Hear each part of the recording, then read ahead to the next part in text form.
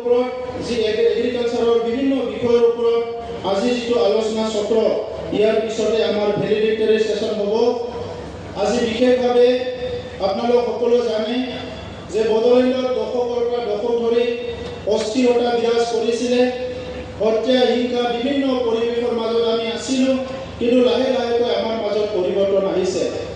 আজি শান্তি আৰু এটা সুস্থিৰতাৰ সুযোগ লৈ আমাৰ অঞ্চলৰ অৰ্থনীতিটো আগুৱাই লৈ যোৱাৰ কাৰণে, আমাৰ অঞ্চলৰ শিক্ষা দীক্ষা আগুৱাই লৈ যোৱাৰ কাৰণে, আমাৰ অঞ্চলত এটা সুস্থ সমাজ গঢ়াৰ কাৰণে আজি আমাৰ এটা ডাঙৰ এটা প্ৰয়াস ইয়াত কৰা হৈছে। এই নলেজ ফেষ্টিভেল বড়োলেণ্ড ইউনিভাৰ্চিটিৰ নেতৃত্বত 4 দিনীয়া কাৰ্যসূচীত আমাৰ অঞ্চলৰ বিভিন্ন বিশ্ববিদ্যালয় মহাবিদ্যালয়ৰ বিভিন্ন প্ৰফেচাৰসকল আহি আৰু ইয়াৰ লগতে আমাৰ দেশৰ আৰু বাহিৰৰ বিভিন্ন সমল ব্যক্তিসকল আহি আৰু বিভিন্ন ডিপাৰ্টমেণ্টৰ হেডবিলাক আহি ইনোভেটৰবিলাক আহি ইয়াত অংশগ্ৰহণ কৰিছে আৰু বিভিন্ন বিষয়ৰ ওপৰত খুব বিস্তাৰভাৱে আলোচনা হৈছে যে আজিৰ সময়ত সমাজখন আগুৱাই লৈ যাব লাগিলে কিমানখিনি আমাক ইনফৰমেশ্যন লাগে, কিমানখিনি আমাক জ্ঞান লাগে, কেনেকুৱা জ্ঞান ল'লে আমি সমাজৰ লগতে বিশ্বৰ বিভিন্ন আগশাৰীৰ সমাজৰ লগত আমি খোজ মিলাই আগবাঢ়ি যাব পাৰিম, এইবিলাক কথা আলোচনা হৈছে। আজি আমাৰ মাজত বিভিন্ন ইস্যু আছে, বিভিন্ন বিষয় আছে। এই বিষয়বিলাক আমি আমাৰ মাজতে আলোচনা কৰোঁ আৰু আমাৰ মাজতে শেষ হয়, কিন্তু সেই বিষয়বিলাকে দশকৰ দশক ধৰি আমাৰ অঞ্চলত চলি থকাৰ ফলত আমাৰ সমাজখন আগুৱাই যাব পৰা নাই। আমি যদিও ইচ্ছা কৰোঁ যে অইন সমাজৰ নিচিনা আমাৰ সমাজো আগুৱাই যাওক, ইয়াৰ কাৰণে চৰকাৰে কোটি কোটি টকা খৰচ কৰে, কিন্তু আজিলৈকে আমি বহুত শিতানত পৰিৱৰ্তন দেখিবলৈ নাপাওঁ। লাহে লাহেকৈ আমাৰ মাজত কিছুমান পৰিৱৰ্তন আহিছে আৰু সেই পৰিৱৰ্তনবিলাক বৰ্তমানৰ নেতৃত্বই বহুত প্ৰয়াস কৰাৰ পিছত এই পৰিৱৰ্তনবিলাক আহিছে। তো সেই ক্ষেত্ৰত আজি বিশেষভাৱে আমাৰ অৰ্থনীতি বুলি ক'লে আমাৰ খেতি এগ্ৰিকালচাৰটোৱে আমি বুজি পাওঁ, কৃষিটোৱে। এই কৃষিৰ ক্ষেত্ৰত আমাৰ যথেষ্ট কাম কৰিব লগা আছে যে কেনেকৈ আমি এগ্ৰিকালচাৰ ছেক্টৰটো অৰ্গেনাইজ কৰিম।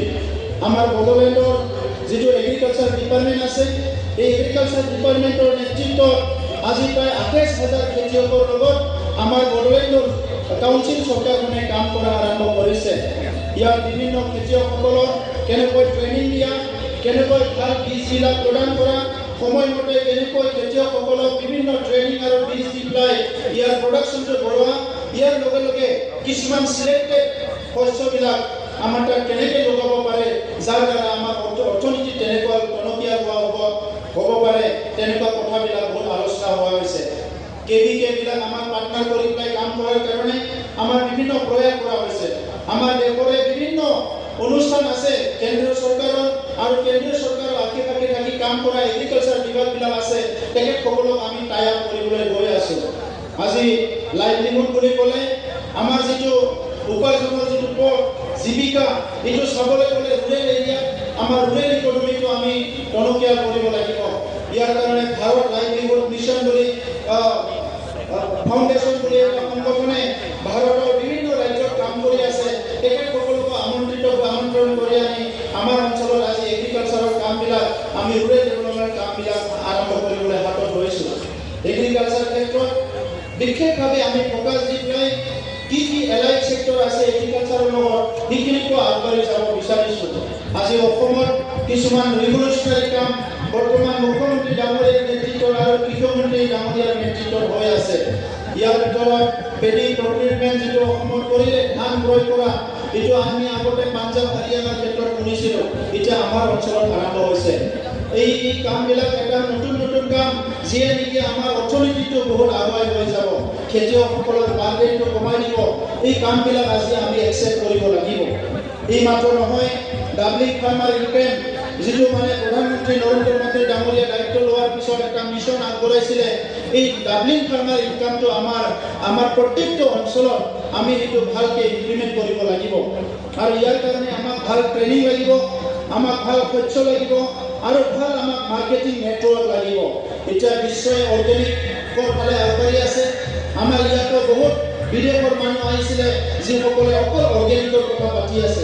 আৰু আমাৰ খেতি যেতিয়া কেমিকেল ফাৰ্টিলাইজাৰ আৰু পেষ্টিচাইড আমি ইউজ কৰিছোঁ, বহুতখিনি বেমাৰ আমাৰ মানুহৰ দিনত এতিয়া দেখা দিছে মানুহৰ যিটো লাইফ এক্সপেক্টেন্সি আছিলে এইটো বহুত কমি গৈছে বহুত মানুহ এতিয়া গাত কেঞ্চাৰ দেখা দিছে বিভিন্ন বেমাৰ দেখা দিছে এনেকুৱা সময়ত আমাৰ যিটো খেতি যিটো একমাত্ৰ জীৱিকাৰ পথ এইটো যদি আমি ভালকে কৰিব নোৱাৰো যিয়ে নেকি আমাক অৰ্থনৈতিকভাৱেও সহায় কৰিব শাৰীৰিকভাৱেও সহায় কৰিব এই দিশবিলাক আজি বিশেষণ কৰাৰ সময় আহিছে এইকাৰণে এই জ্ঞান মহোৎসৱত কৃষিটো এটা বিষয় হিচাপে লোৱা হৈছে অনাগত দিনত বড়োলেণ্ডত আমি কেনেকৈ কৃষিৰ কাৰণে বিভিন্ন অনুষ্ঠান আমাৰ কলেজ ইনষ্টিটিউশ্যনবিলাক আমি